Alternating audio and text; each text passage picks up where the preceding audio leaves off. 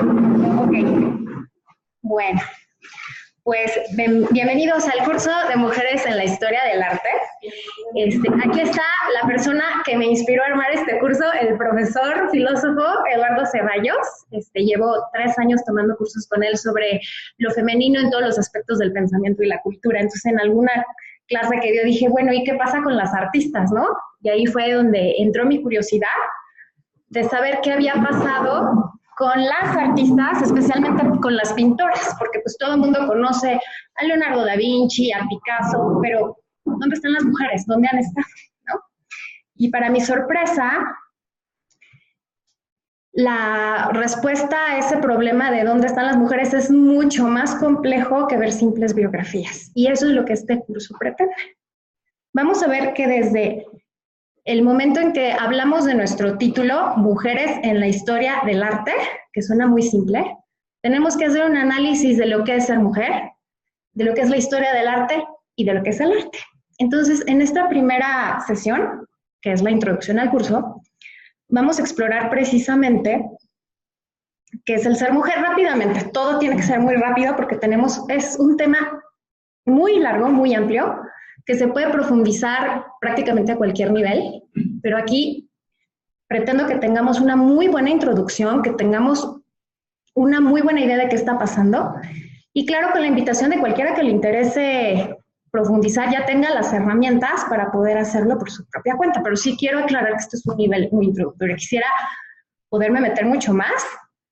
Básicamente lo que vemos son pintoras, casi en un 95% tal vez, pero bueno, vamos a tratar de que lo más importante queda muy, muy claro para todos, ¿sí? Entonces, bueno, vamos a empezar al ratito a ver qué es ser mujer, qué es el arte. Vamos a ver cómo se ha estudiado la historia del arte, ¿no? Porque hasta la misma manera en que entendemos el arte y cómo se ha estudiado, vamos a ver qué ha apartado de esa gran área a las mujeres, ¿sí? Para empezar, vamos a analizar también en qué tipo de sociedades vivimos, ¿sí? ¿Por qué vivimos con un dominio masculino? Y si siempre fue así, si es algo natural. Mucha gente que, claro, los hombres son los poderosos y así siempre ha sido, pero vamos a ver que no. Vamos a ver cómo al transformarse las sociedades y que se empieza a dar un dominio patriarcal, todas esas situaciones tienen una implicación cultural y de pensamiento. Y por lo tanto repercuten en el arte también. También vamos a ver cuáles son los grandes prejuicios de género, porque en estos prejuicios son precisamente lo que ha hecho que no conozcamos a las grandes pintoras que ha habido desde, pues, por lo menos el Renacimiento y la Edad Media, ¿no? En general, las podemos clasificar en 3 grandes prejuicios. El primero son malas atribuciones, y ahí vamos a ver en esta clase una variedad de cómo se han atribuido mal las obras, ¿no? Y eliminando a la pintora, sustituyéndola por algún pintor. Otra es el prejuicio de qué es lo femenino y cómo tendría que ser una pintura hecha por una mujer, ¿no? Entonces, vamos a ver cómo hay críticos que dicen, ay, pues por ser mujer su obra tiene que ser así.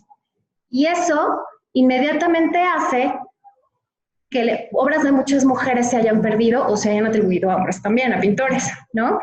Y también vamos a ver, que es el peor de los casos, yo creo, es que como grandes pintoras exitosísimas en su tiempo, también por prejuicios de género, los historiadores a través del tiempo las han ido eliminando de las historias del arte, ¿no? Que se mencionaban en algún momento y 100 años después ya nadie se acordaba de ellas, ¿sí? Después vamos a seguir por qué es lo que las historiadoras feministas están tratando, más bien, cómo están tratando las historiadoras feministas de resolver este problema de pintoras, pintores. Vamos a ver qué soluciones están planteando. El arte contemporáneo, a partir del siglo XX, ayuda muchísimo a este tipo de soluciones. Vamos a seguir con el temario del curso. Vamos a tener una lista de 10 temas que vamos a desarrollar en 8 sesiones. Y finalmente, quisiera platicar un poquito de cuál es el criterio de selección de las artistas, ¿no? Porque, bueno, hay un sinfín, sobre todo a partir del siglo XIX y XX, y pues tenemos que escoger un puñito de todo lo que hay, ¿no? Entonces, pero les voy a platicar cómo fue que llegamos a esa selección, ¿sí? Bueno, entonces vamos a empezar.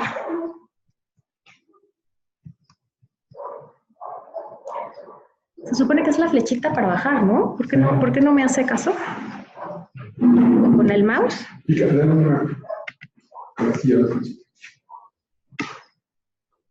Es que estoy con el... Ah, ya pude. No sé cómo le hice, pero... Ah, no, todavía no se cambia. Ahí está. Bueno. Generalmente podríamos irnos con la típica pregunta, precisamente de que no conocemos a las pintoras y a las artistas. Decimos, bueno, ¿por qué no ha habido grandes mujeres artistas? Pero esa pregunta es incorrecta. La verdadera pregunta debe ser, ¿por qué no se han reconocido? Y ya les platiqué hace ratito más o menos que tenemos que analizar lo que entendemos por mujer, lo que entendemos por historia del arte y por arte para poder resolver esto y ver que sí hubo grandes artistas, ¿no? Mujeres, pintoras, ¿no? Estos son los 3 aspectos que vamos a discutir en breve ahorita. Y bueno, ser mujer. ¿Hay alguien que piense aquí entre ustedes que el ser mujer es algo que siempre ha sido igual en toda la historia, en todas las geografías, o creen que es algo muy relativo? Ser mujer. Relativo. ¿A qué? Pues depende de la época en que haya tocado vivir. Exactamente, la época define mucho, ¿no? El ser mujer de mi abuela es muy diferente a mi ser mujer y va a ser muy diferente a la siguiente generación, ¿no? Entonces, el ser mujer es algo que va variando en geografía y tiempo, ¿sí? Y también solo es cuestión de tiempo. ¿Qué otros aspectos puede haber que determinen lo que es ser una mujer? La cultura, el país, una geografía, ¿no? Una mujer mexicana del siglo XXI que es muy distinto a lo que se espera o lo que se concibe como mujer en el mismo siglo XXI, pero por ejemplo en un país musulmán, ¿no? Sí, religión, geografía, todo eso confluye. Entonces, primero tenemos que entender que cuando hablamos de mujeres, estamos hablando de un término muy variable y muy amplio, ¿sí? Entonces, es muy importante pensar que más bien nos tenemos que referir al género, o sea, la mujer como género, no como esta idea de lo que tiene que ser, ¿sí? Porque además mujer podemos decir, pues ser mujer, para universalizarlo, pues es lo biológico, ¿no? Pero al final la parte biológica es la parte mínima de lo que es una mujer realmente, ¿no? Y ahorita con todas los transgenéricos y transvestis, toda esta nueva diversidad y libertad sexual, pues nos da mucho más amplitud para poder pensar que no es algo puntual. Esto es lo que quiero recalcar aquí, ¿no? Entonces, muchos académicos prefieren hablar de género, no de sexo ni de mujer, ¿no? O sea, bueno, se entiende mujer como el género, que relativamente a cada tiempo y cada lugar, se ha definido de manera distinta. En el curso, en cada clase por periodo, vamos a ver más o menos cuáles eran estas ideas de cómo debía ser la mujer o de cómo era, y vamos a ver que han ido cambiando en el tiempo de manera muy, muy diversa, ¿no? Cambia mucho. Lo que se entendía en el siglo XVI, que en el siglo XVIII, que en el medievo, todo eso va cambiando. ¿Sí? Entonces es algo no constante y que se tiene que, para poder explicar cuál era la circunstancia de las artistas en cada tiempo, también tendremos que entender qué se esperaba de ellas como mujer, ¿no? Ahora, si alguien tiene alguna duda de la mujer o lo femenino varía con el tiempo, quiero enseñarles esta imagen, ¿no? Esta es una pintura de Jacinthe Ricot del siglo XVIII, más o menos, alrededor del siglo XVIII. Es un retrato de uno de los reyes más poderosos de Europa, ¿no? Luis XV, ¿no? Perdón, Luis XIV. Y yo les pregunto, bueno, ¿a ustedes se les hace que la manera en que está representado se adecua a lo que entendemos hoy aquí en Occidente, ¿no? En México, ¿no? Como algo masculino?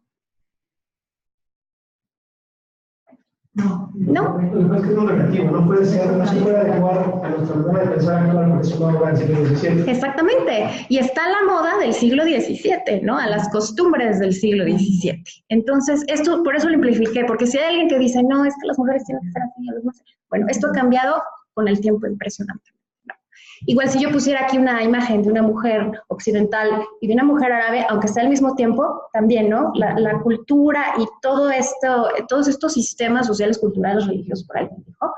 Nos determinan mucho de lo que es. Entonces yo lo que intento es que nos empecemos a quitar un poquito de todas estas preconcepciones que tenemos para poder situarnos también en cada periodo, cómo se entendía y qué implicaciones tuvo para el desarrollo de las artistas, ¿sí? Ahora miren, les voy a enseñar varias imágenes de obras de arte a través de los tiempos, desde los principios de la humanidad hasta como los 70s, ¿no? Que de todas maneras el arte del siglo XXI todavía tiene mucho de los 70s. No sé qué tanto sepan ya de arte o no, pero quiero que vean estas imágenes. Al ratito se las voy a juntar todas y quiero hacerle algunas preguntas, ¿sí? Porque al ver estas imágenes vamos a concluir aquí una de las tantas definiciones de qué es el arte. Yo escogí una que siento que me permite explorar los temas en todas las demás clases, ¿sí? Bueno, entonces esta es una, ¿sí? Y van en orden cronológico, por cierto.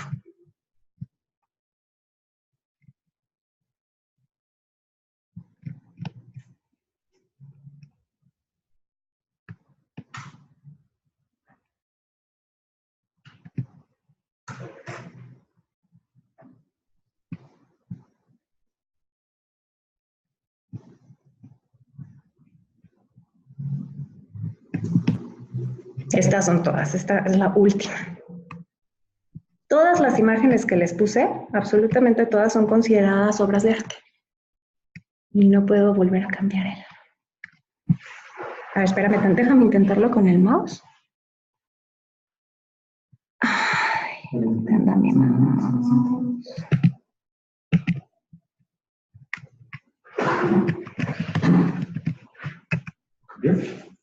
No, está como, mira, el cursor como que se quedó pensando.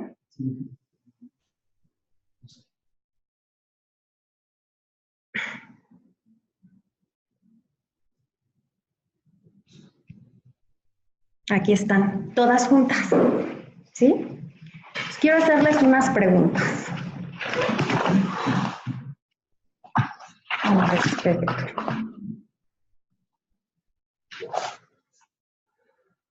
¿Cuál de todas les parece la más?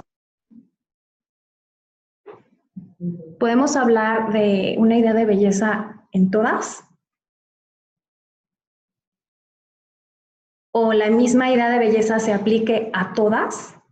No, es que el concepto estético a cada época va cambiando, exactamente. Entonces aquí la cuestión es que el arte no necesariamente tiene que estar conectado a algo, a una idea de belleza particular. Eso no es decir, porque el concepto de arte está determinado según cada época. Ajá. ¿Y el gusto de la persona?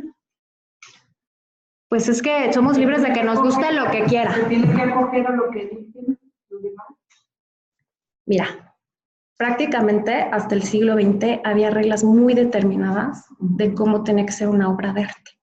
El siglo XX libera el gusto, libera pues inclusive los materiales y las categorías de lo que era pintura, escultura y arquitectura, ¿no? O sea, se empieza a ver una libertad.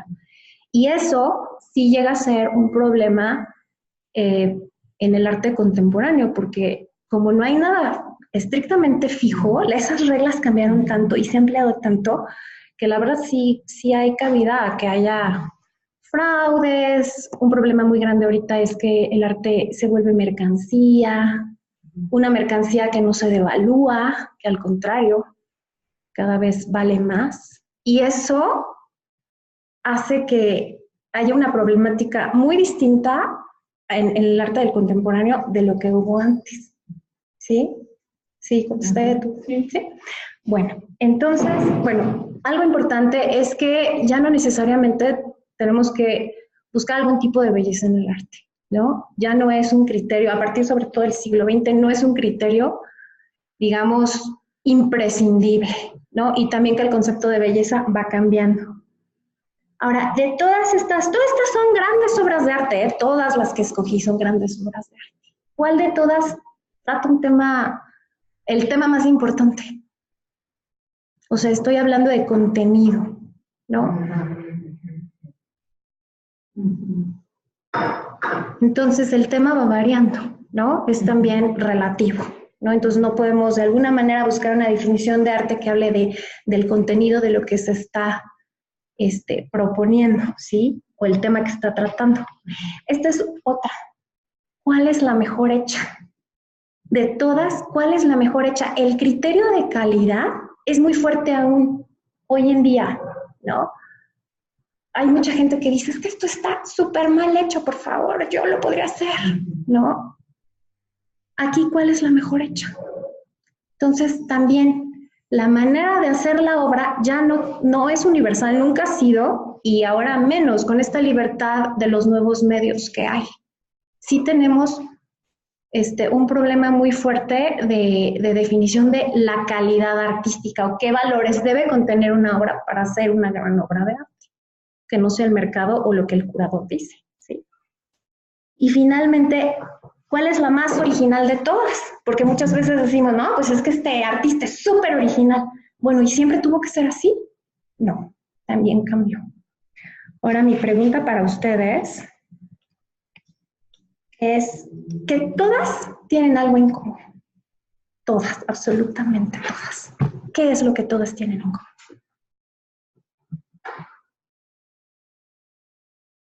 Porque son obras de arte.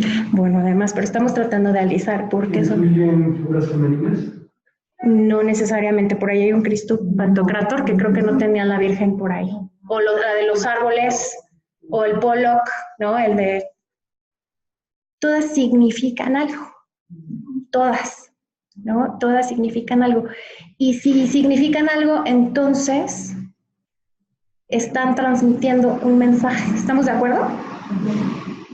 Miren, en todas las épocas, estos puntos que tratamos sobre la belleza, sobre la originalidad, sobre la importancia del tema, fueron directrices muy importantes para definir qué era el arte, ¿sí? Es hasta el siglo XX en que se empieza a darle mucha importancia al lenguaje, ¿sí? Entonces, una de las definiciones que yo estoy utilizando para poder seguir la línea, ¿cómo se llama? El guión de todo el curso, es pensar en el arte como un lenguaje, porque toda obra comunica.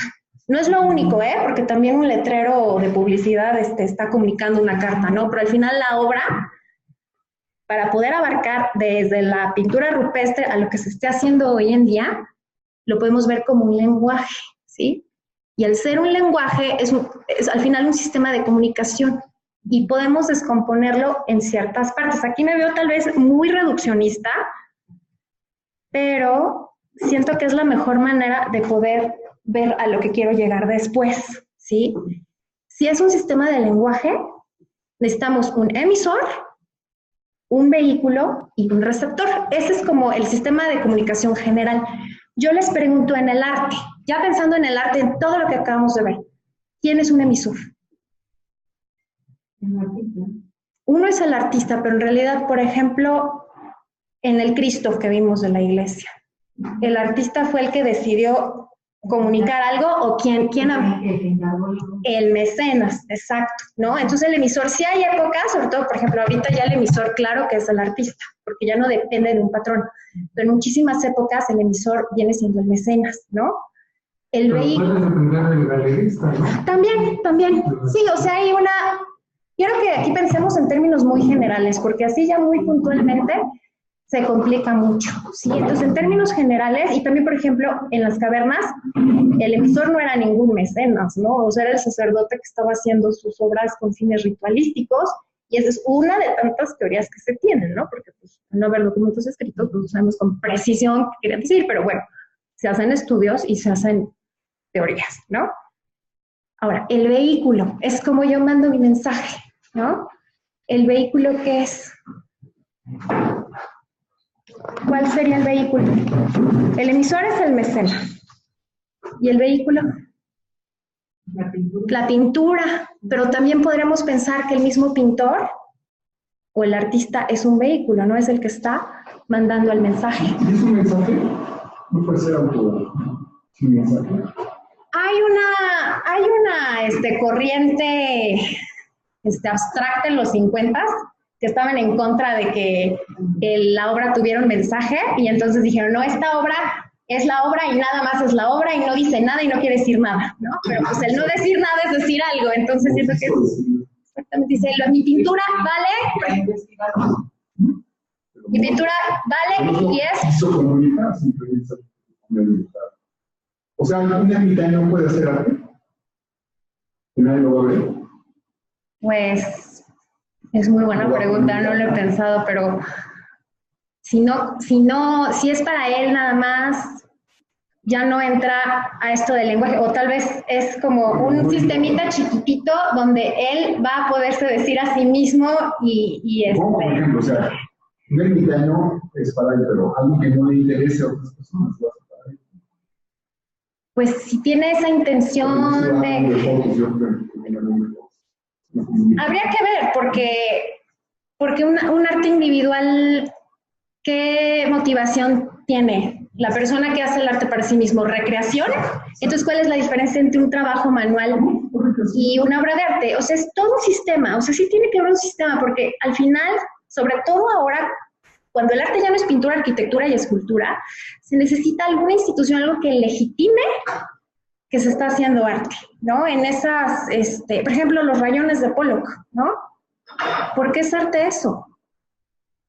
¿No? Si no hubiera llegado alguien a decir, vamos a ponerle un museo, y hubieran teorizado sobre la maravilla que resultaba, que se estuviera representando, bueno, ni siquiera representando, expresando algo de esa manera, pues serían los rayones de una persona X, ¿no? Entonces sí necesita estar como dentro de este sistema para poder entrar.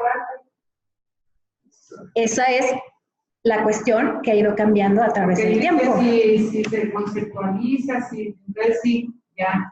Okay, bueno, hoy en día se legitima a través de un curador, de un galerista y de un museo. Entonces el ejemplo del ermitaño ahorita que lo pienso es que si no está ahí algo, si no está inserto en ese sistema, pues ¿no? Bueno, para la representación. O sea, fíjense, vamos a ver el Pollock. Ay, no puedo regresar. Más bien, no es arte si no está dentro del sistema. Exactamente. O sea, puede estar en términos generales, sí, porque ven, esto. Naturales, todo puede estar haciendo igual un paisaje, igual lo que sea. Pero si no está dentro del sistema comercial del arte, no es arte. Pues si nadie lo ve y no lo va a llevar. Mira, ahora, hay algo muy importante. Alguien que pinta hermosísimos paisajes está haciendo una obra que cumple con los requisitos de lo que era el arte, punto, en el siglo XVIII, del XVI al XVIII, ¿no? Que es un paisaje precioso, con profundidad, con perspectiva, todo eso, pues es un arte que está definiéndose, aunque nadie lo vea, está siguiendo una serie de preceptos que determinaban lo que era el arte del siglo XVI antes de los impresionistas, punto, o antes de la abstracción del siglo XX.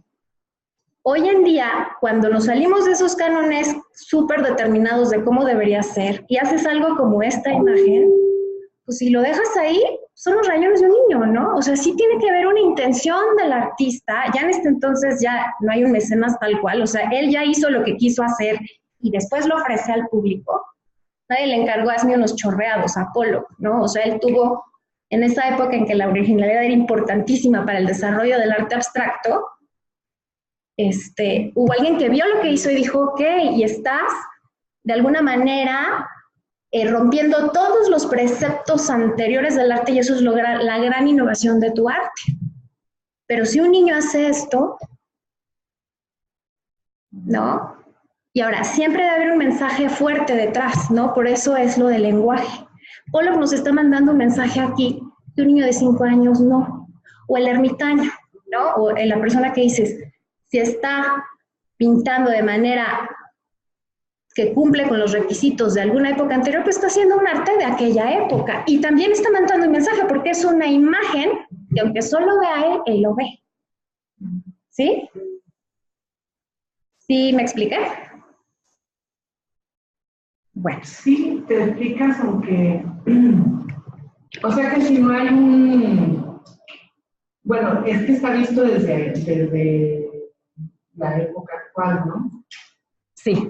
O sea, si no tiene detrás de esta imagen que vemos, pues algo que le explique, entonces ya no valdría. Algo que lo justifique. Algo que lo... Piénsalo, o sea, si un niño hace esto, ¿es arte? Si un niño de 5 años pinta esto, ¿tú crees que tenga la profundidad o que busque lo que estaba buscando Pollock al hacer esto? Sí, pues claro que sí, si definen arte, va a poner reglas que deben de cumplir, pero si defines arte como una creación, como el plasmar algo que sacas de tu imaginación, Eso pues, sería... ahí ya no entra, no sería necesario, y ahí entonces lo que hiciera un ermitaño sería. Pero al revés, la naturaleza es arte. O sea, el arte tiene que ser creado por el ser humano. Esto es un principio, es que la foto ya implica que hay una mano humana que está interviniendo en la creación de Una algo. foto automática de un... La foto, o sea, que alguien programe, pues hay una intención, ¿no? La intención es muy importante aquí. Y la intención va de la mano con el mensaje que se está mandando. ¿Qué mensaje mandó un niño de 5 años que se puso a rayar la pared? Por las fotos de un ciego, como ha habido unas... Sí, claro, pero ahí ya hay una intervención y una intención. Alguien que inventó el aparato y todo. Entonces, el humano que crea algo, pero no tiene algo que lo justifique. Nada más por el gusto de hacerlo. Sí, y lo creo. Yo te contesto así. Se parten dos muy claramente, ¿no? Se consideraría arte si es mimético, si es una representación de la naturaleza y sigue los preceptos que se instituyeron. Ahí es donde choco, porque tiene que haber preceptos. Bueno, piensa, si alguien hubiera llegado en Florencia en el siglo XVI a hacer esta imagen, ¿hubiera sido arte? No hay manera. Sí, porque son reglas, por eso... Ajá, eso es lo que quiero que vean, que va cambiando. Ahora, este tipo de imagen fue, bueno, empezó, de alguna manera el cubismo y las vanguardias empezaron a romper todo, eso lo vamos a ver en clases después, de qué pasó en el Renacimiento en Florencia en el siglo XVI, que marcó 400 años de reglas para la pintura, la escultura y la arquitectura, ¿no? Este tipo de obra es la que hace esa ruptura y entonces sí vienen los problemas de decir, oye, a ver entonces, ¿qué va a ser arte y qué no? Y claro que es bien complicado, es súper complicado. Yo creo que no hay nada que te defina hoy por hoy qué es buen arte y qué no. Entonces, yo creo que la solución podría estar por el lado del receptor. Tendrías que decir que es un receptor o más de uno cualificado. No cualquier receptor es el que... Y aún así, el problema viene ahora con el capitalismo y la mercancía. Porque si yo soy amigo de no sé quién y le doy, o sea, el galerista, o sea, al arte convertirse en una mercancía tan valiosa, todos esos problemas de calidad todavía se ponen más difíciles. Porque si un buen curador o un galerista muy famoso mete una porquería de obra, la gente la toma como buena, así. Sí, se vuelve... Ahora es el receptor cualificado, es el mercado. Se vuelve el mercado. Y entonces se vuelve como una especie del traje del emperador, ¿no? O sea, pues, ay, si él lo dice, o si el curador tal lo dice, el galerista también, entonces es bueno que tú digas, híjole, no. Vamos a ver cómo la obra también habla, y vamos a esperarlos unas clases más para poder hacer este análisis de manera más amplia. Eso todavía es algo que se está planteando, ¿no? Los nuevos medios. Y si algo tú te enteras, querías que era arte, no te enteras que es automático, déjame ser. viene otra vez Baja ese precio. criterio de Sí, selección. baja, ¿no? Por ejemplo, cuando se entera que no era el pintor, Mira, sino era el ayudante del pintor, las pinturas, ¿no? y vamos a ver que eso pasa también con las artistas. Vamos a ver, es que no me puedo ahondar tanto en el tema. Que si no están, que si lo cumplen con los Antiguamente, ¿no? Antiguamente, o sea, antes de las vanguardias, ¿no? Antes del siglo XX, por decirlo muy general, porque el mismo impresionismo era odiado en su momento. Era odiado, y ahorita es de lo que más gusta y de lo más inmediato y lo que le gusta a todo el mundo desde chiquitos hasta los grandotes, ¿no?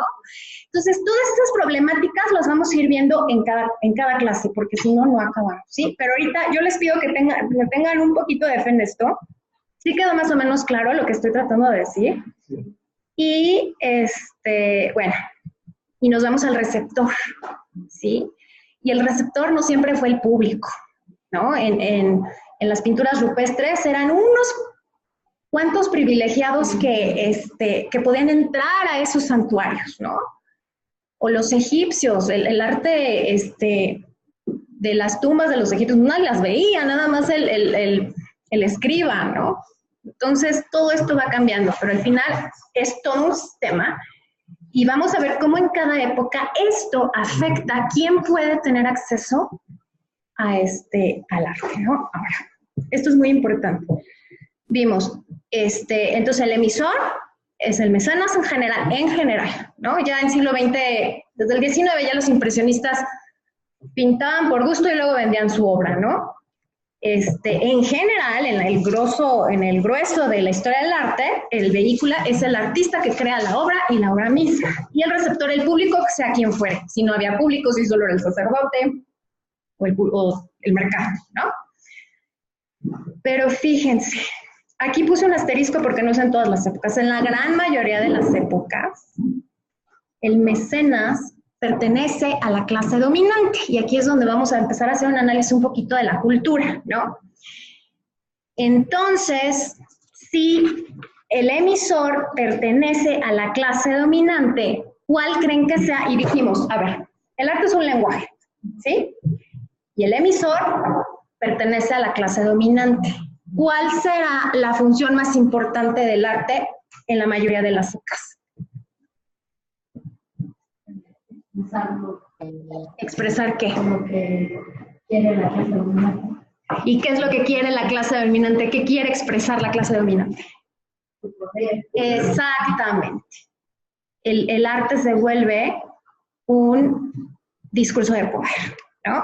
Y ahí es donde entonces vamos a ver que esta transmisión del discurso de poder a partir del arte nos configura desde lo que entendemos hoy por las bellas artes, porque son las artes visuales. ¿Y cómo ha afectado esto y por supuesto todo esto ayuda a configurar la cultura y cómo ha afectado a las mujeres? Bueno, hoy en día, y bueno, desde hace como 6,000 años aproximadamente, vivimos en unas culturas patriarcales, ¿no? Que muchísima gente cree que es lo natural, pero no fue así, ¿no? Y la próxima clase, que vamos a explorar todo el arte paleolítico, que es el primer arte de la humanidad, vamos a ver cómo para nada siempre fue patriarcal y vamos a ver cómo se dieron los cambios tecnológicos, culturales, religiosos que nos llevaron a lo que vivimos hoy en día, ¿no? Entonces, fíjense, aquí es muy importante entender que el sistema patriarcal vino a partir de que nos volvimos sedentarios. Primero fuimos como 64,000 años nómadas, al menos la especie Homo sapiens sapiens. Luego voy a hablar de que hubo varias especies. Yo estoy hablando ahorita ya del Homo sapiens sapiens, ¿no?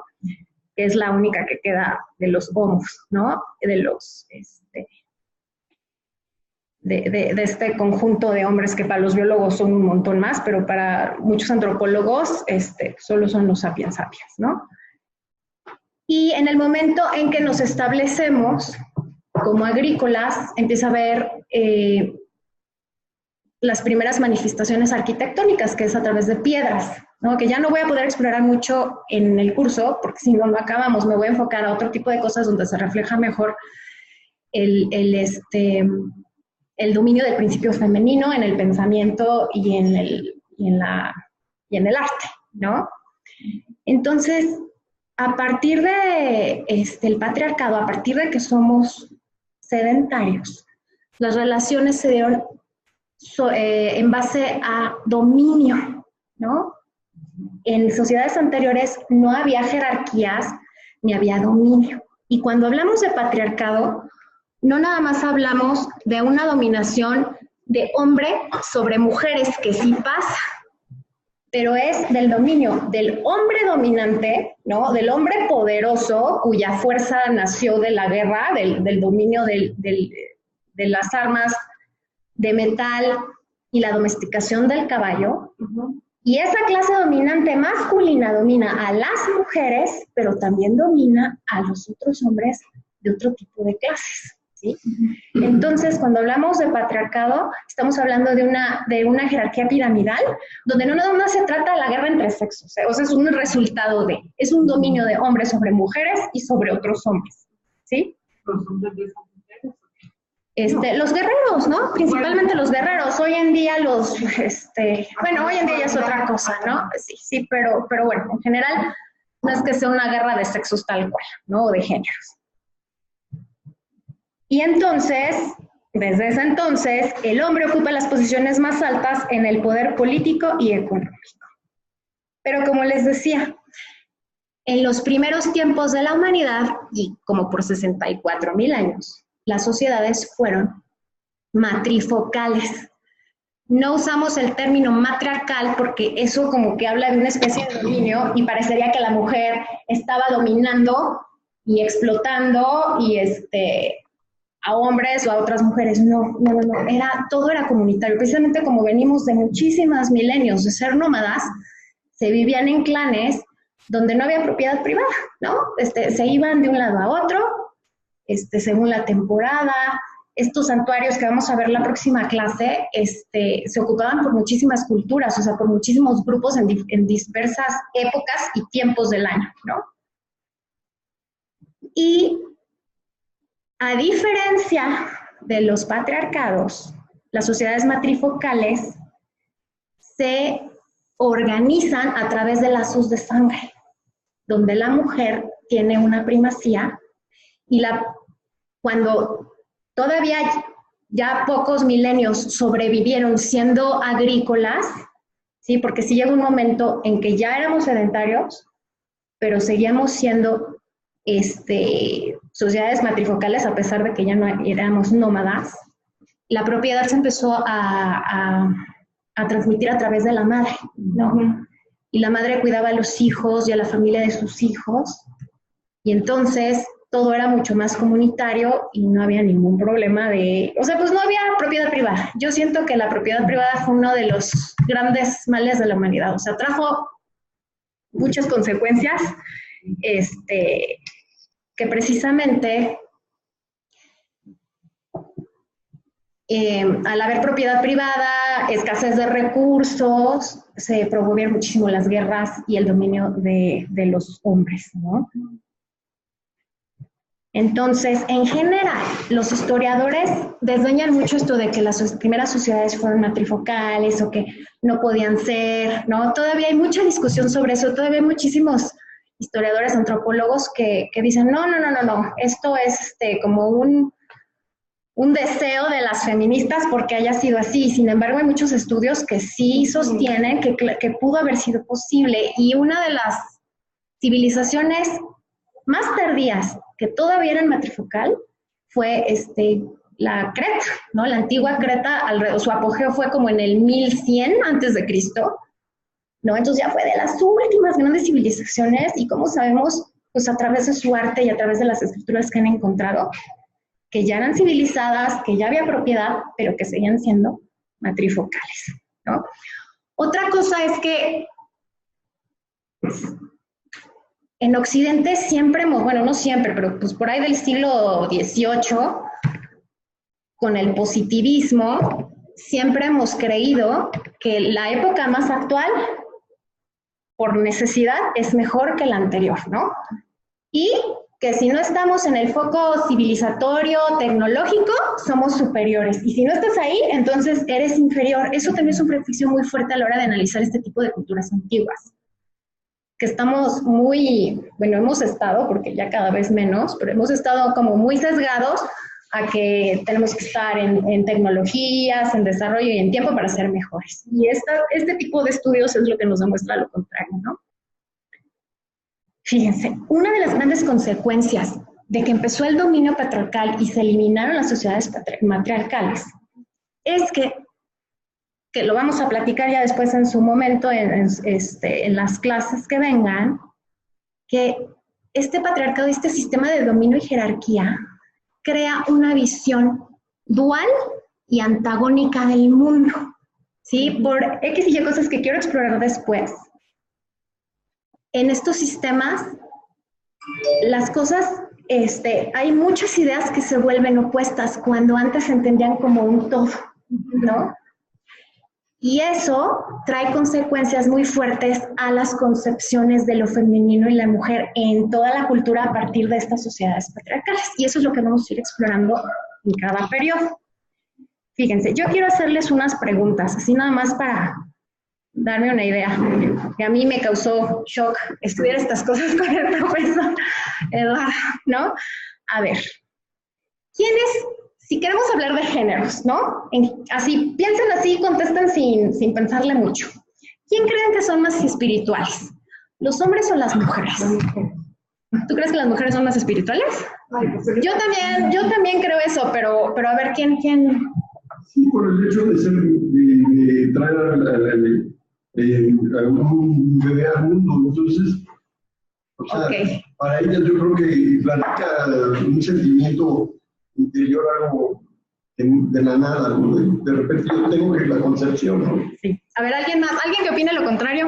Es que no reprimido de los que no se puede decir. ¿Que por género? ¿Tú crees que no se puede decir? Pero yo antes pensaba también que las mujeres éramos más espirituales. Menos materialistas, por decirlo así. Vamos a... Sí. ¿Menos materialista? Ajá. Ah, no. A ver, vamos a hacer materia y espíritu, ¿no? O sea, una vida más material contra una vida más espiritual, por decirlo Bueno, para género. sí que el hombre es más material y la mujer más espiritual, pero es una como creencia, porque realmente... Luego vamos a ver cómo... Y yo creo que viene muy enfocado a que el hombre, su emocionalidad y toda esa parte como que la tiene más reprimida. Más reprimida. Nada más por eso. Yo nomás quería preguntarles, porque yo ahorita que concluyamos, van a ver que, igual que yo, tal vez se sorprendan de... Es un tema de creencias, ¿no? Son temas muy, pero bueno, nada más quería como plantear otra. Ahorita les voy a explicar. En la astrología, yo no les di una conferencia sobre la intuición. Nosotros dividimos los 4 elementos, en masculinos y femeninos. La intuición representa el espíritu y es una energía masculina. Yo creo que es malo definir Esas hombre cosas. o mujer. Okay. O sea, yo creo que ahí no deberíamos de hacer eso. Okay. Sí. Lo que yo quiero plantear aquí, y vamos a ir explorando en cada época cómo estas cosas que vamos a platicar ahorita se definieron y se relacionaron con lo femenino y lo masculino, ¿eh? Y así... Exacto, porque hay una relación. Vamos a ver, yo nada más quiero preguntarles, a ver, ¿quiénes son más corpóreas? Bueno, eso es lo mismo, material contra espiritual. Bueno, fíjense, a partir de los sistemas patriarcales y los pensamientos, o sea, las filosofías o los ideales religiosos que se crearon, se hizo una división súper marcada, que lo vamos a ir viendo de verdad en cada época, entre la producción material y la experiencia espiritual. Aquí está la lista, ¿eh? Producción material es experiencia espiritual. Magia separada por completo de la racionalidad, ¿sí? Cuerpo separado del alma, ¿sí? No, pero aquí no me salió que... Pues pensé que está contaminado yo. No sé si tengo aquí. No quiere, alguien está conectado. Bien. Bien, me dio. Me tienes que ayudar porque no.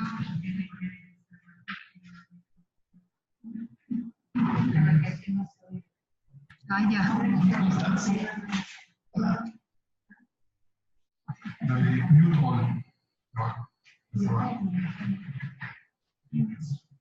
¿Quiénes están? Ah, está otra. Le doy el tachecito. No.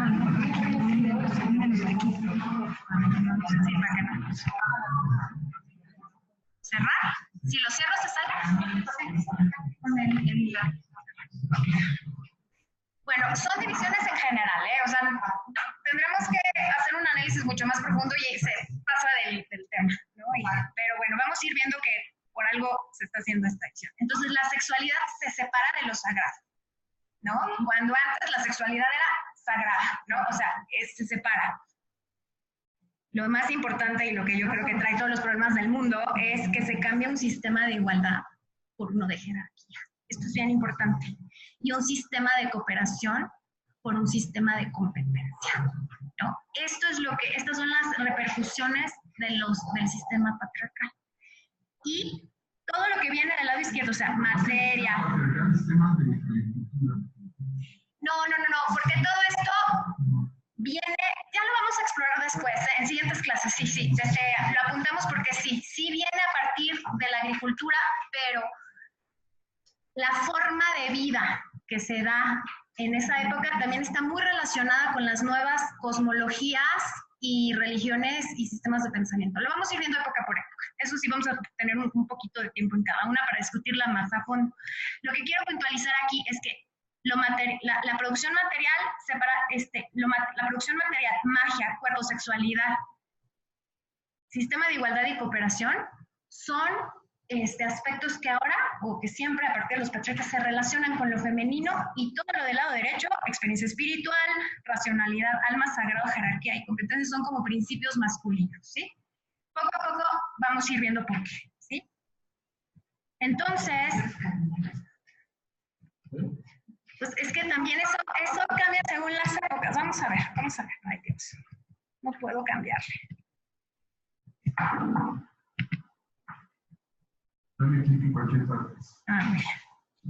Bueno, entonces, aquí empiezan a depositarse ciertas cosas sobre las mujeres y sobre los hombres, ciertas ideas, ¿no? Lo femenino, pues mejor ocúpate del sentimiento, ¿no? Bergson le dijo a su hija, ay, hijita, tú vete a leer poemas y porque esto es tú eres bueno, mejor relaciónate con las cosas del sentimiento, ¿no? A su propia eso se lo dijo, ¿no? Y los hombres a ocuparse del estudio, ¿no? La mujer, al estar relacionada con el cuerpo, pues es el agente de pecado, ¿no? Contra el gran virtuoso espiritual de los santos, etcétera, etcétera, ¿no?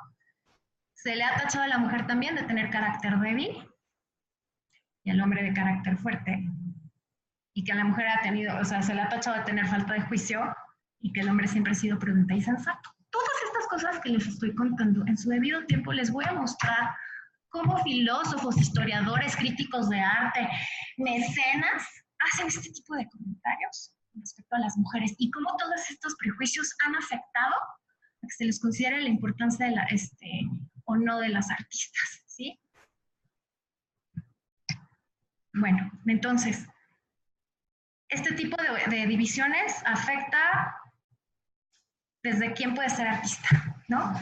En la época medieval, o más bien en los talleres del Quattrocento florentino, pues uno no se va a imaginar que los aprendices del gran maestro tenían su recamarita y dormían en algunos tal, pues eran aprendices bien pobres, ¿no? Entonces yo creo que la mayoría dormían ahí amontonaditos, ¿no? En pajita. O sea, la hija de quién, o sea, ¿qué padre iba a querer que su hija se fuera de aprendiz, ¿no? O sea, desde estos obstáculos sociales, ¿no? Vamos a ver cómo hasta el siglo XIX también les hacían la vida de cuadritos a las que querían ser pintoras, ¿no? Fíjense, hablábamos de que el arte, de alguna manera podemos entenderlo como un lenguaje cuyo objetivo principal en la mayoría de las épocas, obviamente ya dominadas por los hombres, son un discurso de poder. Piensen en las bellas artes tradicionales, no vamos a pensar ahorita en el arte del siglo XX, que es mucho más complicado. Pensemos en lo típico las artes, ¿no? Las clasificaciones de las artes. ¿Cuáles creen que son las que mejor transmiten el discurso de poder? El discurso de poder. ¿Cuál es? Así yo creo que la por excelencia, así que no hay igual en una de las bellas artes, que es la que más transmite, más que la arquitectura, la arquitectura. Entonces, precisamente se clasificaron las 3 artes visuales, que son las que estudian la historia del arte, como arquitectura, escultura y pintura, ¿no? Entonces, esas son las 3 que vamos a investigar en general, ¿no? Y otra es, pues, la exaltación del gran genio creador, ¿no? Que, bueno, al ser el hombre, el gran espiritual, o el gran racional, o el gran científico, el gran talentoso, de alguna manera excluyeron lo que la mujer pudo ser, ¿no? Lo vamos a ver por época, ¿sí? ¿Y qué más les quería decir aquí de la clasificación de las bellas artes? Que vamos a ver también cómo, desde principios de la humanidad, las mujeres, bueno, no principios de la humanidad, ya estaban un poquito, ya era el neolítico, ¿no? Ya que vivíamos, ya que éramos sedentarios, empieza a crearse la cerámica, ¿no? Esa cerámica era creación femenina, ¿no? Entonces era un arte relacionado con la mujer y las mujeres la hacían. Pero ¿qué creen? Que las vasijas no dan un discurso de poder tan importante como la arquitectura, ¿no? Entonces esas artes se fueron desvalorizando. O los textiles, los tejidos, ¿no? Que eran artes colectivas porque se necesitaban muchas mujeres para hacer las telas, ya lo clasificamos como artesanal. O sea, ahí ya estamos metiendo una categoría que nos está separando la bella arte de las artes menores, ¿no? Entonces, ese tipo de cosas es lo que vamos a ir viendo cuándo ocurre, por qué ocurre y cómo en el siglo XX se está tratando de recuperar todo esto, ¿no? Y vamos a ver, como les contaba, los 3 principales prejuicios de género. Voy a irme por épocas, nada más para que vean cómo así en automático muchísimos historiadores descartaron la posibilidad de que una mujer pudiera hacer una obra de arte, ¿no? Bueno, nada más que esto ya les platiqué más o menos. La historia del arte más formal, de alguna manera, surge en el siglo XVI, justo cuando Leonardo, Miguel Ángel y Rafael hacen sus más bellas creaciones en pintura. ¿Sí? Todo lo que ellos revolucionaron en pintura, porque al final fue una nueva tecnología el tener los óleos, ¿no? Se descubrió o se inventó, no sé si descubrir o inventar, la perspectiva matemática que permite que haya una profundidad en el lienzo y nos da la ilusión de una tercera dimensión. Todas estas cosas que se hicieron aquí es lo que todavía en día hay mucha gente que dice, ay no, eso está muy mal hecho, porque no tiene las reglas estrictas de lo que es exactamente, ¿no? Y en su momento les voy a pasar, vamos a platicar rapidísimo de esas cosas. Entonces, aunque en todas las épocas anteriores la imitación de la naturaleza no había sido una gran preocupación, en el arte comenzó a hacerlo así, ¿no? Y finalmente, pues se ve que los historiadores siempre tratan, los historiadores del arte siempre están viendo cómo echarle porras, exaltar a los mecenas, a los mismos mecenas y a los artistas a partir de esta época, ¿no? ¿Eso qué es? Bueno, y esto es lo que acabamos de platicar. ¿Por qué la historia del arte ha dado prioridad a la arquitectura, pintura y escultura? Porque son las que mejor están, de alguna manera, llevando ese discurso de poder. Y las otras, por ejemplo, las miniaturas, no les damos mucha importancia hasta recientemente, ¿no? Se redescubren y se están estudiando y todo eso. Los tapices, que son artes textiles, que eran artes colectivas, ¿no? No era un solo genio creador. Ok, eso platiqué. Y ahora sí, vamos a los prejuicios. Fíjense, en la época medieval había los copistas que además ilustraban pues, los libros que yo creo que en la gran mayoría, quizá por ahí alguna copia de los antiguos griegos se hacía, no por fe, pero realmente lo que predominaba eran los salterios, las Biblias y todas ilustradas, ¿sí? Las hacían en las abadías, pero había abadías de monjes y había abadías de monjas.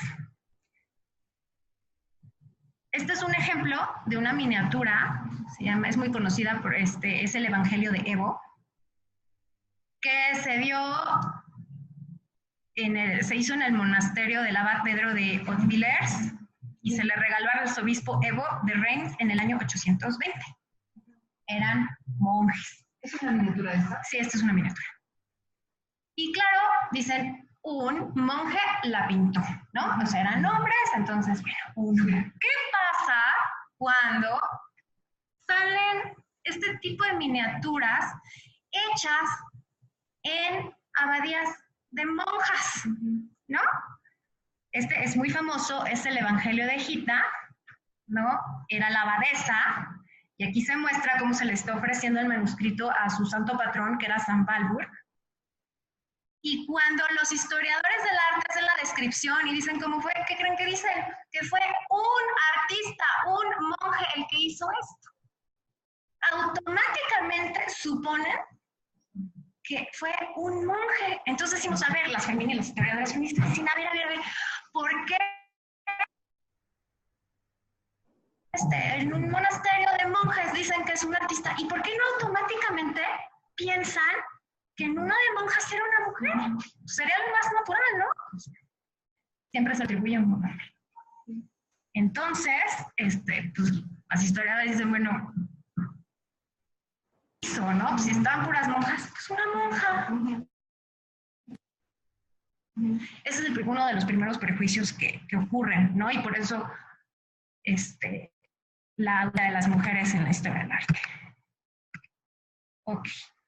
En el Renacimiento, la historia de Marietta Robusti es tremenda. Marietta Robusti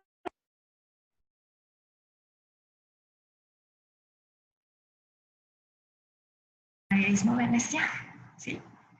Pues resulta, papá y Tintoretto la amaba, era la niña de sus ojos, que no, tú no, o sea, no la quiso soltar y mejor le consiguió alguien local, ¿no? Hay alguien de Venecia para que ella pudiera seguir estando en el con su papá. Y fíjense. Ay. ¿Cómo lo? ¿Qué pique, eh? Me sacaste a las personas de la reunión. ¿Puedes entrar rápido? A las alumnas. Te dejo. ¿Cómo se llama ella? Marietta Robusti. Había que seguirla explotando, ¿no? Fíjate, nunca se me ocurrió. Nunca pensé en una hija de un pintor. Vamos a ver que las arquitectos casi todas fueron hijas de pintores. Varias. Alguna muy famosa fue hija de un intelectual, pero casi todas. Porque esos también se las adjudican a los hombres. Esto es súper difícil. La mano, que es un tamaño más femenino. ¿Verdad? Es uno de los criterios, pero o sea, la verdad yo creo que está bien difícil. Es muy posible que hayan sido mujeres, dada la preeminencia femenina, pero está bien. Y fuera de las manos, está muy difícil. Porque aquí todo el arte que está plasmado es de cacería y Vamos a ver la próxima clase. Vamos a ver las cacerías. Parece violento, pero al final es cacería. Y vamos a ver cómo. Sí, nunca no lo encontré así explícito, pero ahí les voy a decir mi teoría, que es una especie de ritual. El ritual, eso está hecho. Lo que yo digo es por ciertas imágenes, entonces propiciatorio y de reverencia y de retribución.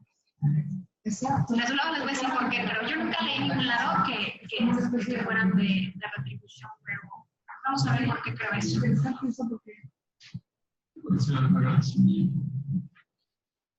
No, así que no estuvimos ahí.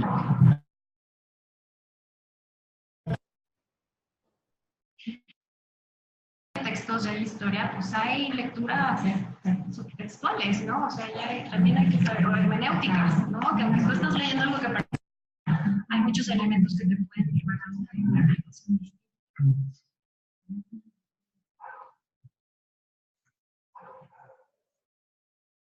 Y en estos cursos como los construidos deberían ya empezar a cambiar. Yo siempre he tenido un problema con llamar historia del arte solamente a la historia de las artes plásticas. Porque ni modo que la literatura no sea arte. Claro que sí. Entonces hay Sí, debería ser. y debería ser historia del arte de las artes plásticas. Sí, más específico. Sí, estoy usando un término muy antiguo, sí, anticuado. No, todavía no. Y ahorita vamos a ver cómo el feminismo, vamos a concluir con eso, o sea, cuál es la alternativa A para poder atacar no nada más el problema de las mujeres, sino todo lo demás. Vamos a Sí, pero yo cuando dicen y es artista por querer decir es un pintor, Sí, ¿verdad? Estoy de acuerdo. Artista o un músico no es artista. Ay, por favor, los que cantan en mi canal son artistas también. Ay, no, eso En general, se les llama artistas. sí, no. Sobre todo, y eso no yo creo que habría que decir, es un artista plástico. Sí, sí debería ser. Ahorita vamos a ver cómo están proponiendo. Porque además diríamos los técnicos cuando hacemos un programa, un sistema, también creemos que es un arte. Es que Arte. Pues no es porque tiene su chiste, claro que sí. Sí, claro. Claro que sí, es un No necesariamente tiene que no servir para nada para hacer arte. no, al contrario. La página del discurso de poder. No, pero sí es una definición clásica. No, sí. Oye, y se manejaba como arte, haz de cuenta, las pinturas rupestres o las pinturas mayas o las pinturas, bueno, yo creo que está así. Regresamos al tema de Tintoretto, ¿no? Se sabía que había aprendices que ayudaban, ¿no? Entonces, para justificar la creación artística como de el gran artista, de Tintoretto, ¿no? En este caso, decían, ay, claro, es que sus aprendices. los aprendices pintan las alas del ángel, ¿no? Las alas de los ángeles, pero el maestro pinta el rostro de la Virgen, ¿no? O sea, siempre dándole un lugar más importante al maestro del taller, ¿no? Sí, del taller. Pero fíjense que muere Marietta muy joven, o sea, sí se casó con el señor que su papá le consiguió. Del pueblo. Sí, alguien importante, ¿no? Pero muere muy joven. A los 4 años de casada muere. Y tenía ya hijos, ¿no? Creo que muere de parto en su primer hijo, ¿sí? Y fíjense, a partir de la muerte de Marietta, aquí lo pongo muy chiquito, pero fíjense en el colorido de estas obras contra el colorido de las de abajo. Coincide que las obras de Tintoretto dejaron tener gran color a partir de la muerte de Marietta. Entonces, muchos historiadores dicen, es que como estaba triste, se lo atribuyen más a un estado emocional, dice, como estaba triste, pues ya... Pero hay quien dice, pues como no tenemos exactamente definida la producción de Marietta, pues no sería posible también que más bien ya no estaba una mano importantísima en la creación de estas pinturas. Esa es una gran interrogante que se tiene, pero es una posibilidad, ¿no? Que Marietta Robusti pudo haber sido tan grande como su padre, ¿no? Otra es, bueno, aquí hay muchos tal vez ya conocen esta obra, pero miren, son 2 imágenes del mismo tema. El tema es Judith decapitando a Holofernes, ¿no? Otro de los grandes prejuicios es que dicen, las mujeres pintan de manera delicada y suave, ¿no? Porque son mujeres, ¿no? Así, si no supiéramos nada, comparando ambas imágenes, ¿cuál de las dos podría ser más delicada, más sutil? Pues bueno, sí, la de la derecha. La de la derecha. Pues bueno, la de la derecha le hizo un pintor y la de la izquierda lo hizo una pintora. Entonces, todas esas cualidades, ¿no? que le atribuyen a cómo debe pintar una mujer, pues no Fíjate que aplica. Le falta a la pintura de la derecha, le falta que la espada estuviera ensangrentada. Además, ¿no? Pero bueno, son diferentes épocas. La de la derecha es más antigua que la de la izquierda y son ideas de cómo deben ser las imágenes muy distintas, ¿no? Pero aquí lo que yo quería ejemplificar es que no podemos decir que porque una imagen es violenta o no, la pintó una mujer o no, ¿sí? Y bueno, el caso es de Artemisia Gentileschi. Aquí está. Y en el curso vamos a ver muchas obras de Artemisia y así, ¿verdad? Si me da tiempo, sí. Sí, espero que sí, varias. Sí, por lo menos 2 de cada una, ¿no? Y fíjense, esto lo vamos a analizar en clase, pero la de la izquierda la pintó Caravaggio y la de la derecha la pintó Artemisia. Y es mucho más sangrienta y tiene mucho más drama y mucho más movimiento la de Artemisia que la de Caravaggio. Todo esto lo vamos a analizar bien en clase. Perdón mi ignorancia, pero ¿cuál fue primero de las dos? La de Caravaggio. La de Caravaggio. Caravaggio era, bueno, el papá de Artemisia era uno de los pintores que, no me acuerdo si era su alumno o su compañero, Ajá. pero Horacio Gentileschi aprendió de Caravaggio porque convivió con él, trabajó con él, okay. y después le enseñó a su hija. Entonces, Okay. Artemisia viene una generación después, sí. Y hay cierta influencia. Muchísima influencia. Claroscuro, Sí, Caravaggio influenció a muchísimos y varias generaciones. Y países y todo, ¿no? Porque también el barroco español tiene mucho. Es que las expresiones de Caravaggio son únicas. Las expresiones de la cara. Bueno, vamos a ver cómo Artemisia utiliza más lenguaje corporal que expresión facial, pero eso ya lo vemos en clase, ¿sí? Otra, que pues quien vio la entrevista por Facebook, este es el caso de una artista, Judith Leister, que esta obra pensaban que era de Frans Hals.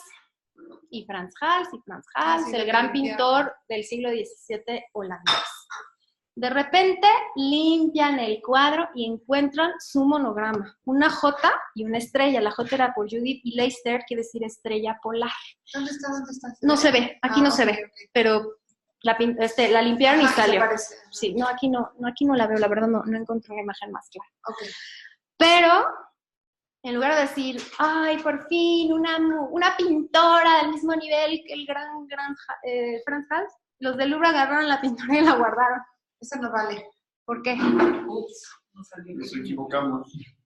Aparte de que se habían equivocado, porque no iba a estar igual de cotizada que la de Hals. No vale igual, aunque debería ser al revés, ¿no? Pues revalorizarla, ¿no? Entonces, este es un tipo de cosas con las que hay que lidiar, ¿no? Indignantes, totalmente injustas. Y aquí es un ejemplo de 6 cuadros que ya están correctamente y sin discusión atribuidos a Judith Leister, ¿no? Y en clase vamos a ver, vamos a analizar imágenes. Esta se me hace así como el colmo del prejuicio, ¿no? Esta imagen está atribuida y esta todavía tiene problemas de atribución. Yo todavía veo documentos que dicen que no están seguros de que haya sido Marie-Denise Villers, pero en clase vamos a ver cómo se dio esta atribución, ya cuando lleguemos al neoclasicismo, y para ver por qué yo sí creo que claro que sí fue ella, y vamos a ver todo. Pero aquí la cosa es que, fíjense, un crítico de arte del Metropolitan, está en el Metro de Nueva York. Salud. Primero se decía que era de David, ¿no? El que pintó la muerte de Marat, el maestro de Ingres, ¿no? Y decían, no, es que esta pintura, fíjense, le decían, la más hermosa pintura hecha por David, ¿no? Uy, sí, preciosísima, ¿no? Cuando descubren que fue una pintora, en este caso Marie-Denise Villers, el mismo crítico empieza a decir, bueno, se le ven sus debilidades bien escondidas, sutiles artimañas que revelan el espíritu femenino. Oye, ¿y ella está pintando o escribiendo? Está pintando y es una historia increíble. Vamos a hacer el análisis. Esta obra es preciosa. A mí me fascina esta imagen. Está pintando. Está en una clase y fue precisamente analizando el escenario donde se dieron cuenta que ella era alumna de David y que está pintando en el Louvre. Esto es una ventana de luz. Pero no es un autorretrato. No es un autorretrato. Okay. Vamos a hacer el análisis ya bien, en la clase del David. Pero eso pasa lo mismo cuando encuentran que O sea, Sí, hay una pues buena sí, pintura que sí, también, o sea, sí, claro, puede pasar igual. Que lo pintó un ayudante. Claro, o sea, cuando un superestrella, pero entonces esto afecta o sea, no es exclusivo de la mujer, pero lo que sí es que si hubiera sido un ayudante varón, no le pone el mismo crítico de haber dicho que era la pintura más hermosa de un gran pintor masculino, ¿no? De un pintor, empieza a decir, ay, sus debilidades y sus artimañas femeninas, o sea, le está degradando. No, tal vez también lo hubieran escondido porque baja de valor por no ser del gran pintor, ¿no? Pero no le ponen, o sea, el mismo señor, que, o sea, ¿cómo puede cambiar de opinión el crítico solo, o sea, de la misma pintura, porque descubren que es una pintora, ¿no? O tal vez hubiera puesto otra crítica si hubiera sido atribuida al final a un aprendiz, ¿no? Pero estas no, ¿no? Es lo que quiero ejemplificar. Sí, por supuesto. Precios que le ponen. Por supuesto. Sí, eso de el arte como mercancía es un verdadero problema. ¿Se llama Marie-Denise qué? Villers. Marie-Denise Villers. Marie-Denise Villers. Está en el Met. Bueno, en el siglo XX hay más libertad, pero aún así las artistas pues siguen teniendo problemas por ser mujeres, no son menos aceptadas y se ve una cantidad de astucias o de trucos que usan para poderse integrar en el mundo del arte. Algunas se ponen seudónimo, ¿no? Otras, por ejemplo, esta Lika Krashner, nada más ponía LK, ¿no? Para que no supieran que era la esposa de Polo, que ella era una gran artista abstracta, pero pues vivía bajo la sombra del marido, ¿no? Entonces, ¿de qué época es ella? De los 50. De los 50. Que ella era la artista. A la de los ojos grandotes. Ah, esa Esa no sé, no me acuerdo cómo se llama. Sí, ¿verdad? Sí, Sí, fue de una ubicando. fue de la Sí, vida que real. se atribuyen todas las obras de ella hasta que ella lo denunció. Y en el juicio ahí tuvo que pintar y el otro no se ve ni qué hacer. Otras, fíjense. Estaba en una imagen de vestida de hombre. Sí, algunas hacen arte. Se rapó y se hizo hombre. Sí, o sea, se personifican como hombres para que las tomen en serio, pero también están explorando identidad sexual y todo eso. O sea, es un poquito más allá. Pero al final es eso, ¿no? Es el buscar un lugar en el mundo del arte. Otras que vamos a ver con las prerrafaelitas. Híjole, las prerrafaelitas en el siglo XIX es la cosa más injusta del mundo. Son famosísimas como modelos, como las musas, y es impresionante. Muchísimas eran grandísimas pintoras que yo digo, es que ¿por qué era la hermandad? En inglés es más claro, the brotherhood, ¿no? The Preraphaelite brotherhood, ¿no? Y pues había mujeres y sus novias o sus concubinas o esposas que eran pintoras de primera también, y eso también lo vamos a explorar, ¿no? Y en el siglo XX muchas que pues quisieron trabajar de modelos para poder sostenerse y poder explorar sus artes como Lee Miller, por ejemplo, ¿no? La anterior, ¿cómo se llamaba? Perdón, ¿verdad? Lee Miller. Lee Miller. Sí, está padrísimo. ¿Y ella también? Sí, pues ella era modelo, ¿no? Entonces, ocupaba su belleza para poder, explotaba su belleza para poder insertarse en esto. Miren, entre la cámara fotográfica, las guerras, el arte se empieza a liberar. A partir del siglo XX, ya desde lo que vimos de Pollock, esa ya se da una ruptura tremenda con los preceptos que validaban la creación artística durante 400 años, ¿no? Y todavía se llevó más allá cuando el arte sale de las tres categorías. Ya no es ni arquitectura, ni pintura, ni escultura. Y eso va de la mano con que muchas más mujeres tienen acceso a pues, la liberación femenina, ¿no? De los 60s, que llegó como a su apogeo en los 70s, libera muchísimo a las artistas. Y a pesar de eso, hay artistas que dicen que no las toman en serio por ser mujeres, ¿no? Todavía hay mucho más artistas, muchas ya están ganando los concursos internacionales, pero pues sigue habiendo problemas con eso, ¿no? Yo aquí pongo un ejemplo, no son necesariamente de artistas, pero es el tipo de obras que nos causan tanto conflicto, que se vuelve muy difícil de decir si vale, no vale, es bueno, es malo. Los criterios de artisticidad en el arte moderno es muy complejo, pero al mismo tiempo le ha dado a las mujeres una libertad impresionante de expresión, ajá, y pues de tomar escena. Algo muy importante es que se ha tratado de recuperar precisamente esa división de artes menores o artesanías contra las grandes artes, y las mujeres están tratando de recuperar la artesanía, los textiles y todo eso.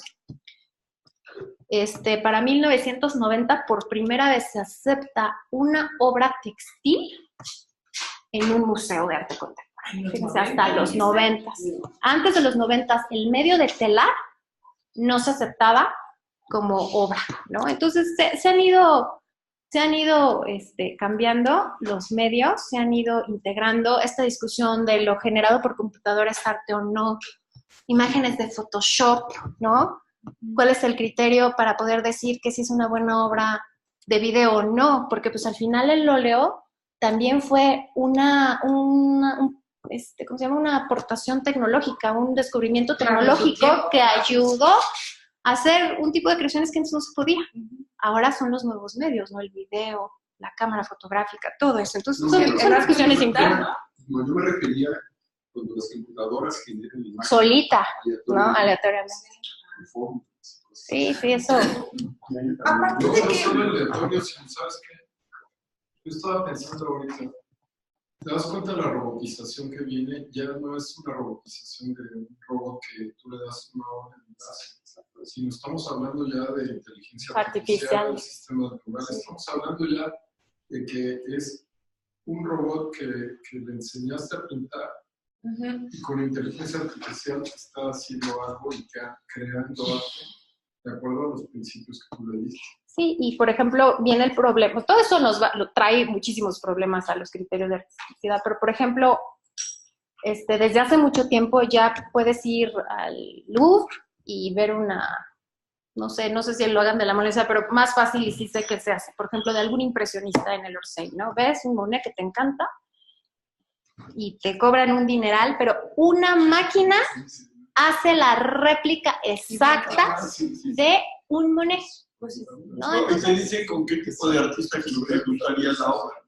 Si quieres que le sea a través de Miguel Ángel o Monet. Te cambia el estilo de la imagen. Fíjense, entonces, bueno, es por eso que esta reproducción de imágenes ya tan fácil y tan generalizada es también lo que ayuda a que el arte se salga del lienzo, ¿no? De lo tradicional de un lienzo, un pigmento o un mármol y un cobre, ¿no? O sea, está dando mucha libertad todo esto. Y esto es lo que platicábamos hace rato. El arte, ya sobre todo en el siglo XX, deja de ser, aunque sí está influenciado por la élite y los mercados, el artista de hoy en realidad lo que está buscando es describir las realidades del mundo. Ya es un arte preocupado por algo, ¿no? O sea, por algún aspecto social, político, de género, de todos los problemas del mundo, ¿no? Están, de alguna manera, denunciados o los artistas buscan llamar la atención y aquí es donde se hace esa ruptura del discurso de poder. Ya está al revés, o sea, están buscando que la voz de las minorías de todo tipo sea escuchada a través del arte, ¿no? Y bueno, en cuanto a las mujeres, dicen, bueno, ¿qué vamos a hacer con las historias del arte o las artes visuales? O sea, ¿qué hacemos? ¿Las metemos así nomás? O sea, en los nuevos libros de historia del arte, ¿metemos a las artistas? Si hacemos eso, estamos ignorando todo el tiempo que fueron desdeñadas y que fueron mal atribuidas. O sea, tenemos que hablar de lo que pasó también, ¿sí? Entonces, y también si hacemos un libro de puras mujeres, pues nos estamos separando nosotras solitas, ¿no? O sea, estamos haciendo esa dualidad, esa oposición. Entonces, lo que están tratando o lo que se propone ahora, es que hablemos de cultura visual, de una historia de la cultura visual, porque toda obra hecha por quien sea ayudó a configurar la cultura de su momento y todavía está ayudando a configurar la cultura de nuestro momento. Entonces se busca una especie de historia de la cultura visual. ¿no? Donde se dé lugar al mecenas, al artista y al público, ¿no? Se hable de todo esto. Pero en un amplio sentido no lo puedes limitar a que forme parte de un sistema comercial. Como dijiste al principio, si no forma parte del sistema comercial no es arte. No me refería al arte, a lo comercial, sino al sistema de galerías. Y bueno, sí, es que últimamente sí, al final sí. Por ejemplo, si Úrsula pinta ese cuadro, que es maravilloso, y está en su sala, deja de ser arte porque no salió porque no formó parte del sistema de comercialización del arte. Ahí como que dices... Pues es que, bueno, esta es una imagen que claro que para todo el mundo es arte, ¿no? Y Úrsula la puede vender. Por supuesto, pero Úrsula la tiene aquí en su sala, en su espacio. Entonces, por el hecho de no haber entrado dentro del sistema, que finalmente es una plataforma de comercialización más que otra cosa, el sistema como tal. ¿El sistema del arte? Sí. O sea, este sistema que nos describes, a ver, la galería, el curador, el si no forma parte de ese sistema, ¿no es arte? No. Mira, este es un ejemplo de un tipo de arte que se usó desde el siglo... Bueno, esto ya es más abstracto de alguna manera, ¿no? No tiene una técnica de Miguel Ángel o... es una imagen figurativa, ¿sí? O sea, entra en una categoría artística que todo el mundo valora como tal, ¿no? Porque es una pintura. Esto del sistema de comercialización viene cuando el arte ya no es como fue anteriormente. O sea, mira, por ejemplo, esta imagen del tiburón. Esa del tiburón. Ah. ¿Es arte o no es arte? Es que ahora cualquier cosa puede ser arte, desde que entraron las instalaciones a la escena. Exacto, pero ¿cuál es, digamos, el fundamento para que se inserte? Esta no necesita fundamento. Esto puede ser arte, si no puedo decir la mesa y justifico porque es arte. Exactamente, pero mira, esto de Úrsula no necesita justificación porque es la idea de arte que tenemos desde hace 400 años. Esto ya está validado por la historia tradicional del arte. Quien necesita estar inserto en eso son todas estas nuevas manifestaciones no miméticas. Y algo muy importante, yo creo que para los criterios de calidad, es esta parte en azul. Si está representando las complejas realidades del mundo, o sea, el contenido es muy importante. Ahora, ese contenido... ¿En todas sus formas o en cualquiera de sus formas? Representar las complejas realidades de nuestro mundo en todas sus formas. Pues es que se vale, si tú logras expresar una realidad compleja del mundo usando eso que no vi muy bien, que es esa cosa de plástico. Ajá, esa cosa de plástico, si tú, o bueno, no tú, porque a veces ni siquiera es el artista quien justifica, es el curador. Si hay un curador que dice, híjole, eso a mí me remite pues es de plástico, a la contaminación que estamos. El objeto de arte que forma parte de la actividad de un tercero, el artista puede hacer esto, pero si el curador llega y dice, a mí me remite ya cambió todo el sentido del objeto arte, y es más, la intención del mismo, ¿no? Claro, pero entonces... Puede convertirlo en arte o puede invalidar incluso... Por supuesto. Del artista. Y ese es el grave problema del arte contemporáneo, por supuesto. Claro, entre el capitalismo, ¿no? Entre la mercantilización del arte. Y miren, ya no vamos a poder ver todo, pero el arte de los 60 está luchando contra eso. ¿No? Algo no tangible, por eso son las performances, ¿no? O sea, algo que tú no puedes comprar. Y de todas maneras, no lo logran. Porque de la performance, si hacen un video, lo que vale millones es el video de ese arte efímero que se está buscando. O sea, al final, en el fondo, todas las manifestaciones que se revelan ante el sistema terminan inmersas en el sistema. O sea, muy a su pesar. En el momento en que se ponen en una galería, en el momento que alguien escribe, se entraron al sistema. Cierto. ¿No? Entonces, Marina Abramovich es una superestrella. Como artista, pues. Y hace performance, que se supone que... Sí. No debería. Pero pues el video de lo que ella hace, pues seguro vale un dinero. Miren, en el arte conceptual que se hacían, por ejemplo, que el construir un foso era el arte, ¿no? O sea, una especie de land art, ¿no? Que estoy, no sé, penetrando en la madre tierra, lo que fuera, ¿no? Las fotografías se vendían en millones. O sea, el artista dice, voy a hacerlo andar porque no quiero que se venda mi trozo de tierra, no quiero que nadie me lo compre, no quiero que se vuelva artista. Pasa de todas maneras, ¿no?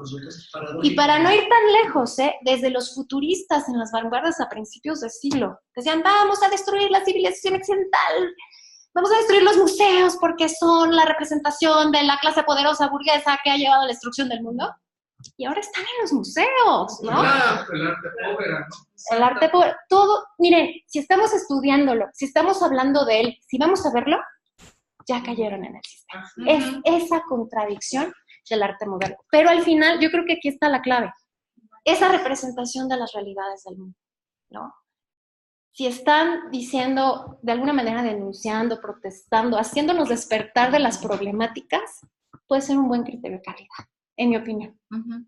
Pero es bien difícil, porque luego entramos al museo y vemos una cosa de plástico ahí, híjoles, luego sí cuesta trabajo, claro, ¿no? Dices, ¿pero por qué? Porque fueron 400 años el discurso. Eso es lo que nos está pesando. Está rompiendo paradigmas. Y rompe paradigmas y porque es muy relativo, ¿no? Sí, pero al final sí te rompe el paradigma, que es también un poco la intención. Exactamente. Bueno, entonces ya para terminar, quería platicarles rápidamente del temario. Son 10 temas y los vamos a desarrollar en 8 sesiones, ¿no? Vamos a hablar de estos contextos, de estos prejuicios, y luego vamos a ver las artistas. Bueno, las artistas empiezan hasta el tema 3, ¿no? Porque en realidad, como les decíamos, en la prehistoria, pues no sabemos. Es muy probable que hayan sido sacerdotisas y chamanas, ¿no? Pero no tenemos evidencia. Igual en el Antiguo Egipto, que ya, pues ya era un sistema de dominio patriarcal, se ve como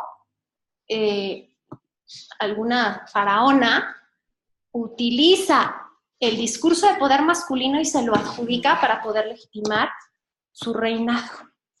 Vamos a ver cómo en Florencia, fíjense, en Grecia, en Atenas, ¿no? En plena edad de oro de Atenas, pues las mujeres estaban peor que en cualquier otra ciudad de Grecia, ¿no? Eran las más reprimidas, donde se hizo la filosofía más grande, los sistemas gubernamentales más avanzados, el modelo de arte que hasta hoy en día, bueno, hasta hace unas décadas dejó de ser el modelo, ¿no? de escultura, de arquitectura, fue justamente donde más oprimidas tenían a las mujeres, ¿no? Luego vemos ya la Edad Media, el Renacimiento como Marietta Robusti que vimos, vamos a ver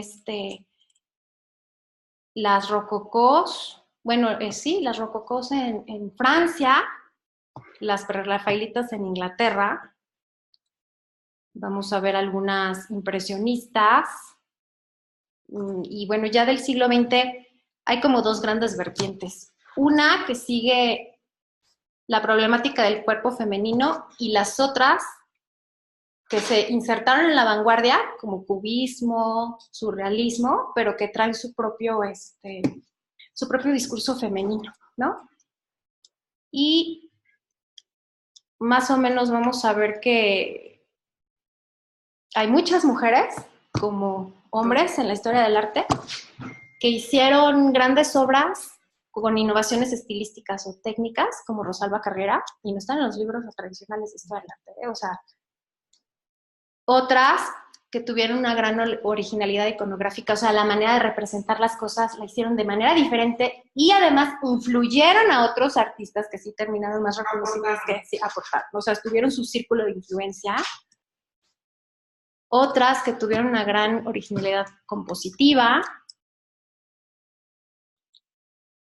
Otras, igual que fueron maestras de otros artistas, que tuvieron mucha influencia. Fíjense, estos 2 casos, Rachel Roush y Vigée Lebrun, fueron artistas que en su momento ganaban mucho más por una pintura que pintores contemporáneos. Y que aún así apenas se están recuperando en las historias del arte general.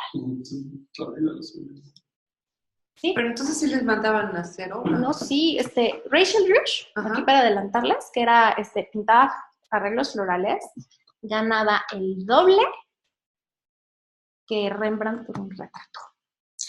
A ese nivel, ¿y dónde está? ¿Por qué sí está Rembrandt y no está Rachel Grisham en las historias de arte general? Y ella lo cobraba. Está precioso. Exacto. ¿Sí? Por lo menos podía cobrar y por lo menos tenía ¿quién le pidiera? Por lo menos quién le encargaba. No es nada, ¿eh? No es nada, pero ella era la artista de cámara, de cabecera de María Antonieta. Sí. Y bueno, eso es todo. Espero que nos encantó. Cualquier duda que tengan, la podemos desarrollar en el momento de los martes, 7-9, igual que hoy. Adiós, Lili. Bye. Vamos a empezar en 2 semanas porque